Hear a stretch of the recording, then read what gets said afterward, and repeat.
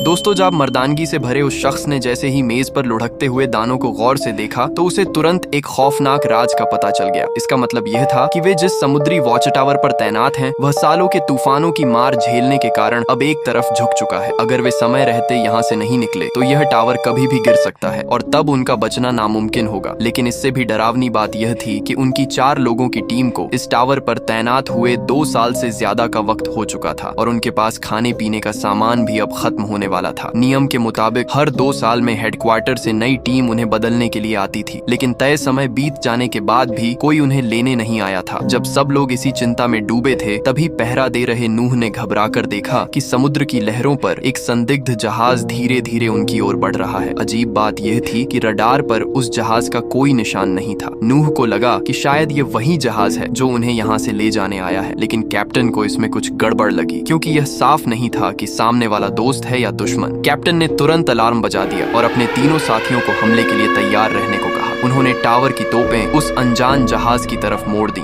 जैसे जैसे जहाज करीब आता गया, सबकी धड़कनें तेज होती गईं। ऊपर तैनात रेडियो ऑपरेटर ने बार बार उस जहाज से संपर्क करने की कोशिश की, लेकिन दूसरी तरफ से कोई जवाब नहीं आया। जब सब लोग कैप्टन के गोली चलाने के आदेश का इंतजार कर रहे थे, तभी कैप्टन ने अचानक अपना इरादा बदल लिया। उसने अपनी पिस्तौल निकाली और नूह को थमाते हुए आदेश दिया कि वह छोटी नाव लेकर जहाज पर जाए और पता लगाए कि माजरा क्या है। नूह जाना तो नहीं चाहता था, लेकिन एक अनुशासित सैनिक होने के नाते उसे अपने अफसर का हुक्म मानना पड़ा। जैसे जैसे वह उस जहाज के करीब पहुंचा, उसका डर और बढ़ने लगा। सावधानी के तौर पर उसने पहले दूर से आवाज लगाई, लेकिन काफी देर तक चिल्लाने के बाद भी कोई हलचल नहीं हुई। पूरा जहाज जंग खाया हुआ था और बिल्कुल किसी भूतिया जहाज जैसा लग रहा था। सच्चाई जानने के लिए नूह हिम्मत जुटाकर डेक पर चढ़ा और केबिन के अंदर जाने लगा। किसी भी शोर से बचने के लिए उसने अपनी कमर पर लगा वॉकी टॉकी बंद कर दिया। उसे अंदाजा भी नहीं था कि उसकी यह छोटी सी गलती उसकी जान ले सकती है। जब वह कंट्रोल रूम में पहुंचा तो वहां मक्खियों का ढेर लगा था और सारे इलेक्ट्रॉनिक उपकरण खराब हो चुके थे। इन हालातों से साफ था कि यह जहाज बहुत लंबे समय से लावारिस पड़ा है। लेकिन सबसे अजीब बात यह थी कि जहाज पर कोई इंसान नहीं था और न ही कोई लाश मिली। पर जैसे ही नूह जहाज के अंदरूनी हिस्से में पहुंचा, उसे वहां 4 सुरक्षा सूट मिले। यह देखते ही नूह के पैरों तले जमीन खिसक गई। यह वही जहाज था जो उन्हें यहाँ से ले जाने आया था, लेकिन सबसे बड़ा सवाल यह था कि उसे चलाने वाले 4 साथी आखिर गए कहाँ। और इससे भी अच्छी बात यह थी कि जहाज पर खाने पीने का काफी सामान मौजूद था। भूख से बेहाल नूह ने बिना वक्त गवाए खाना शुरू कर दिया ताकि वह अपना पेट भर सके, लेकिन उसे अंदाजा भी नहीं था कि दूसरी तरफ कैप्टन की हालत खराब हो रही थी। नूह से संपर्क न हो पाने के कारण कैप्टन को लगा कि उसके साथ कोई अनहोनी हो गई है। गुस्से और डर में कैप्टन ने परमाणु हथियार चलाने का फैसला कर लिया। उसने अपने गले से चाबी निकाली और लिसा से दूसरी चाबी मांगी। दरअसल परमाणु हथियार सक्रिय करने के लिए 2 चाबियों की जरूरत होती थी, जो उन दोनों के पास अलग अलग रहती थी। लिसा कैप्टन के इस फैसले के खिलाफ थी, लेकिन सीनियर ऑफिसर का हुक्म होने के कारण उसे बात माननी पड़ी। जैसे ही दोनों चाबियां कंट्रोलर में लगाई गईं, टावर के नीचे मौजूद परमाणु मिसाइलें एक्टिव हो गईं। कैप्टन का मकसद उस अनजान जहाज को पूरी तरह तबाह करना था, लेकिन ठीक उसी पल पेट भर खाना खा चुके नूह को होश आया और उसने अपना वॉकी टॉकी ऑन किया। रेडियो पर कैप्टन की आवाज सुनते ही नूह की जान हलक में आ गई। शुक्र है कि कैप्टन को समय पर नूह का जवाब मिल गया और एक बड़ी तबाही टल गई। इसके बाद कैप्टन ने नूह को आदेश दिया कि वह उस जहाज को टावर के पास खींच कर लाए। जब नूह को पता चला कि कैप्टन उसे लगभग मारने ही वाला था, तो उसने मन ही मन उसे खूब कोसा। लेकिन कैप्टन के पास इन सब बातों के लिए वक्त नहीं था। उसे बस यह जानना था कि वे 4 साथी आखिर गायब कैसे हुए। सच जानने के लिए उसने इंजीनियर को जहाज का पावर सिस्टम ठीक करने को कहा और फिर जहाज का लॉग बुक चेक किया। जब कैप्टन ने पेन से जहाज का रास्ता मैप पर बनाया तो उसे एक बहुत ही अजीब और गरीब रूट दिखाई दिया। इसी बीच टीम के बाकी 2 सदस्यों को लगा कि यहाँ से निकलने का ये सबसे अच्छा मौका है। अगर उन्होंने ये मौका हाथ से जाने दिया तो उन्हें 2 साल और यहाँ सड़ना पड़ेगा। उन्होंने चुपके से एक प्लान बनाया। रात के अंधेरे में इंजीनियर जहाज के अंदर घुसा। उसे यकीन था कि वह इंजन ठीक कर देगा। वहीं दूसरी तरफ नूह ने हेडक्वार्टर को झूठा मैसेज भेज दिया कि नई टीम आ चुकी है और वे 3 दिन में वापस लौट रहे हैं। अब उन्हें बस इंजन शुरू होने का इंतजार था ताकि वे इस सुनसान जगह को हमेशा के लिए छोड़ सकें। इंजीनियर की मेहनत रंग लाई और कुछ ही देर में जहाज का इंजन स्टार्ट हो गया। उन्हें लगा